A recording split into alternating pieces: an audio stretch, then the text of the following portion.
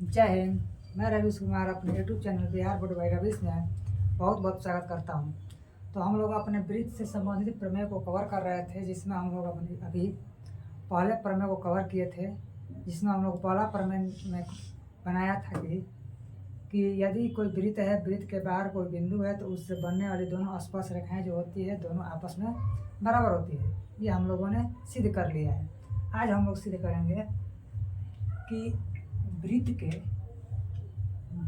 के किसी बिंदु पर वृत्त रहेगा एक, और वृत्त के किसी बिंदु पर स्पर्श रेखा स्पर्श बिंदु से एक स्पर्श रेखा रहेगी, और स्पर्श बिंदु से जाने वाली त्रिज्या पर लंब होती है।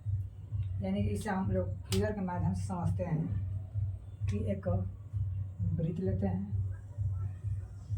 एक वृत्त ले लिए, केंद्र ओ लिया, इसमें एक हम लोग स्पर्श रेखा लेते हैं। क्या लेंगे? स्पर्श रेखा लिए, जिसका नाम हमने दिया एक्स और वाई। स्पर्श रेखा वृत्त के एक बिंदु पर स्पर्श करती है, जिसे हम इसे नाम देते हैं पी। तो एक वृत्त है, वृत्त की एक स्पर्श रेखा है जो वृत्त के बिंदु पी पर मिलती है। एक त्रिज्या जो होगी, जो इससे एक त्रिज्या जो खींचेंगे, यानी कि स्पर्श बिंदु से जो एक त्रिज्या जो खींचेंगे हम, स्पर्श बिंदु से जो हम एक त्रिज्या खींचेंगे, वह सिद्ध करना है कि स्पर्श रेखा पर जो त्रिज्या होती है वो लंब होती है। यानी एक वृत्त है, वृत्त पर एक स्पर्श रेखा बनाया, वृत्त के स्पर्श रेखा से एक बिंदु जो बनता है स्पर्श बिंदु, उससे एक केंद्र से होकर एक त्रिज्या खींचा, जो सिद्ध करना है कि यह 90 डिग्री की होती है। तो सबसे पहले हम लोग इसमें क्या क्या दिया है देखते हैं। कि केंद्र ओ वाला एक वृत्त है, जिसमें एक्स और वाई एक स्पर्श रेखा है जो बिंदु पी पर वृत्त को काटती है। तो लिखते हैं पहले कि दिया है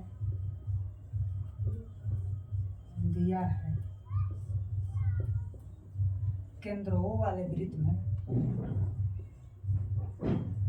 केंद्र ओ वाले एक वृत्त में एक्स वाई एक स्पर्श रेखा है। एक्स वाई एक स्पर्श रेखा है, ठीक है। इसमें हम लोग को सिद्ध करना है कि जो ये त्रिज्या जो बनी है ये स्पर्श रेखा पर लंब होती है। यानी कि ओपी जो है एक्स वाई पर लंब है। यानी सिद्ध करना है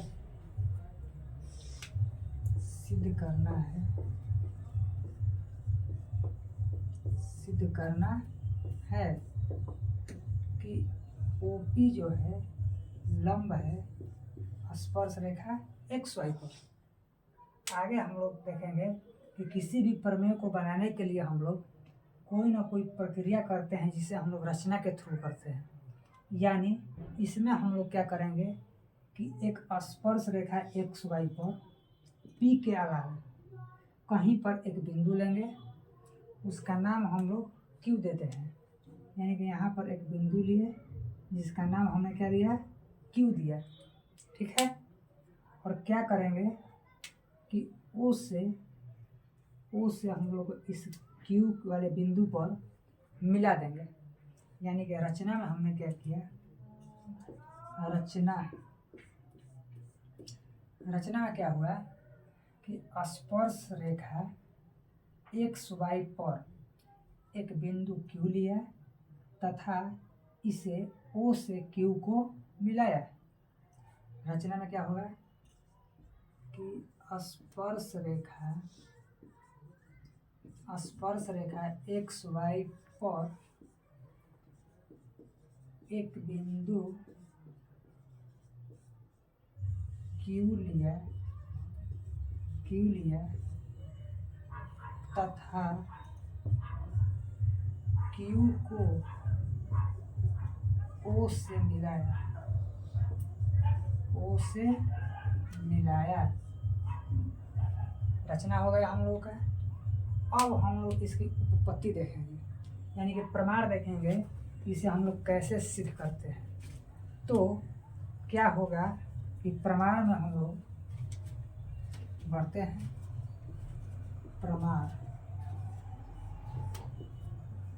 प्रमाण में हम देखेंगे कि ये जो वृत्त है, जो ये वृत्त होती है और ये एक स्पर्श रेखा है। वृत्त की स्पर्श रेखा जो होती है, वृत्त के केवल एक ही बिंदु पर क्या करती है, प्रतिच्छेद करती है, जिसे हम लोग स्पर्श बिंदु कहते हैं। यानी कि हम लोग जानते हैं कि वृत्त की स्पर्श रेखा वृत्त के केवल एक ही बिंदु पर प्रतिच्छेद करती है, जिसे हम लोग क्या कहते हैं, तो स्पर्श बिंदु कहते हैं। यानी कि हम जानते हैं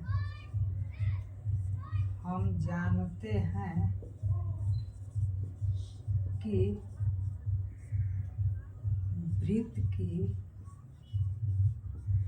वृत्त की स्पर्श रेखा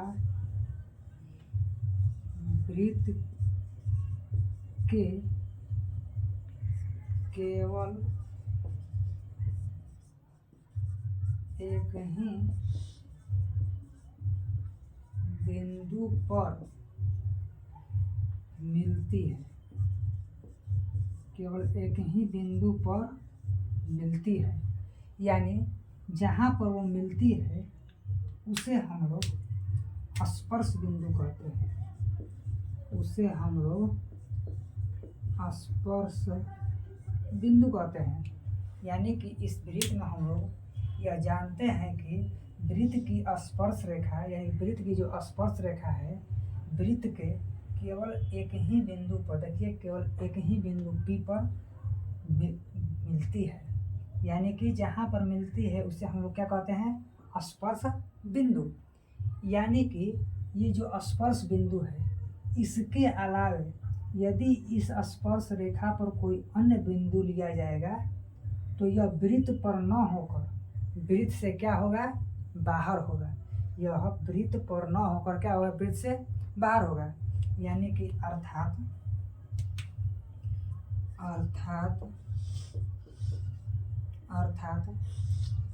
स्पर्श बिंदु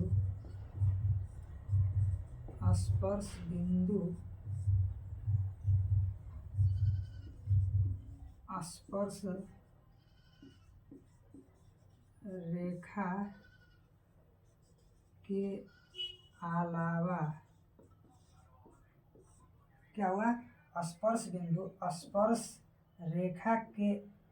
स्पर्श रेखा के अलावा यदि कोई अन्य बिंदु लिया जाए, यदि कोई अन्य बिंदु हो तो वो वृत्त के बाहर होगा। तो वह वृत्त के बाहर होगा। इसे हम लोग समझे फिर से कि स्पर्श बिंदु स्पर्श रेखा के अलावे यदि कोई अन्य बिंदु हो तो वह वृत्त से बाहर होगा। यानी कि ये जो स्पर्श रेखा है, इस स्पर्श बिंदु के अलावा यदि कोई अन्य बिंदु लिया जाएगा तो जितने भी बिंदुएं होंगी वो वृत्त पर न होकर वृत्त से बाहर होगी। अतः हम सब कह सकते हैं कि जो स्पर्श रेखा पर बिंदु Q है वो वृत्त से बाहर है। कह सकते हैं कि यदि ये जो Q बिंदु है यह स्पर्श बिंदु के अलावा बिंदु है तो यह वृत्त पर नहीं है, तो यह स्पर्श रेखा पर क्या है, स्पर्श रेखा पर जो है यह वृत्त से क्या है, बाहर है। इसे हम लोग अपने अगले स्लाइड में समझते हैं, क्योंकि अभी हम लोगों के लिए यह पूरा हो गया है। तो अगले स्लाइड में समझते हैं। तो बढ़ते हैं हम अपने अगले पॉइंट की ओर। तो हम लोगों ने अभी तक यह देखा है कि हम जानते हैं कि वृत्त की स्पर्श रेखा वृत्त के केवल एक ही बिंदु पर मिलती है, अर्थात उसे स्पर्श बिंदु कहेंगे। तो आगे हम लोगों ने देखा कि स्पर्श बिंदु स्पर्श रेखा के अलावे यदि कोई अन्य बिंदु हो तो वृत्त के बाहर होगा, यानी कि यह स्पर्श बिंदु के अलावा यह हम क्यू एक लिए हैं, तो यह वृत्त से क्या है, बाहर है। तो लिखेंगे अतः बिंदु क्यू वृत्त से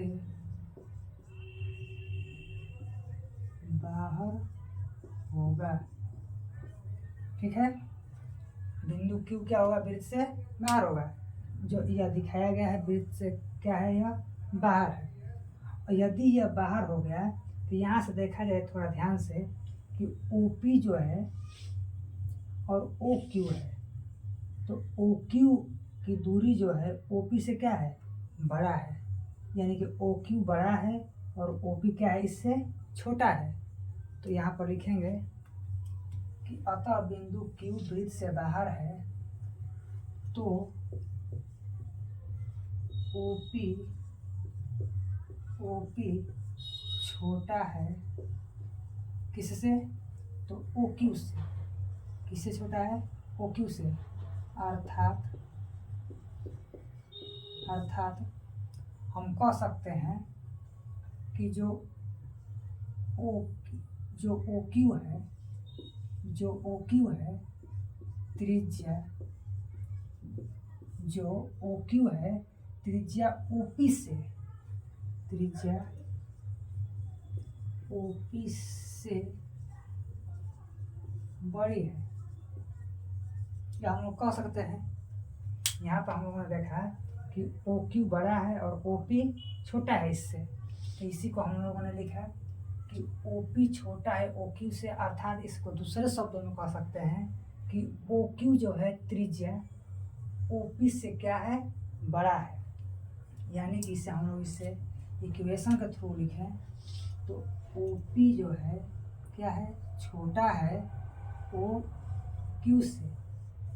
क्या हो गया, छोटा हो गया। अब समझते हैं कि ये केवल एक ही बिंदु पर स्पर्श रेखा जो प्रतिच्छेद करती है, और एक हमने सिद्ध कर दिया यहाँ पर कि जो अन्य बिंदु है वो वृत्त से बाहर होती है, तो ये बड़ी होती है। तो ऐसे ही हम लोग यदि इस स्पर्श रेखा पर अन्य भी कितने भी बिंदुएं ले लिए, यानी कि Q के अलावा यदि हम लोग यहाँ पर R ले लें या S ले लें या T ले लें, नहीं कोई भी हम लोग अन्य बिंदु लें, तो OP से इसकी दूरियां क्या होगी, बड़ी होगी। क्या होगी, बड़ी होगी।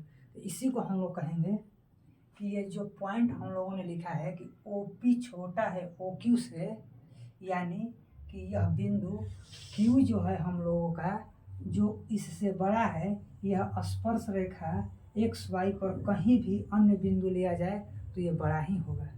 तो इसे हम लोग इसे लिखते हैं और समझते हैं कि अगला क्या होगा कि तो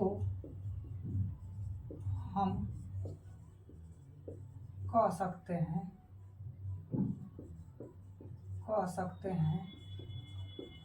कि XY स्पर्श रेखा पर P के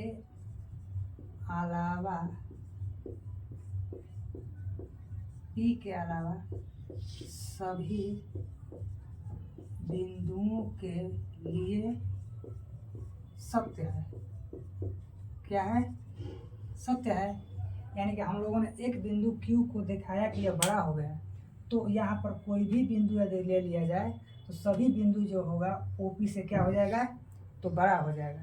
तो इससे हम लोग अपने अगले स्लाइड में समझते हैं, क्योंकि इसे हम लोगों को मिटाना पड़ेगा। तो अगले स्लाइड में इसे हम लोग समझते हैं और बढ़ते हैं आगे। तो हम लोग यहाँ तक पहुँचे हैं कि तो हम कह सकते हैं एक्स वाई स्पर्श रेखा और पी के अलावा, यानी इस पी के अलावा यदि कहीं भी बिंदु लिया जाए तो यह बड़ी होगी, यानी कि ये जो रेखा है हमारा ओ पी, यह क्या है, स्पर्श रेखा और केंद्र के बीच की सबसे न्यूनतम दूरी है। यानी कि हम लोग कह सकते हैं अतः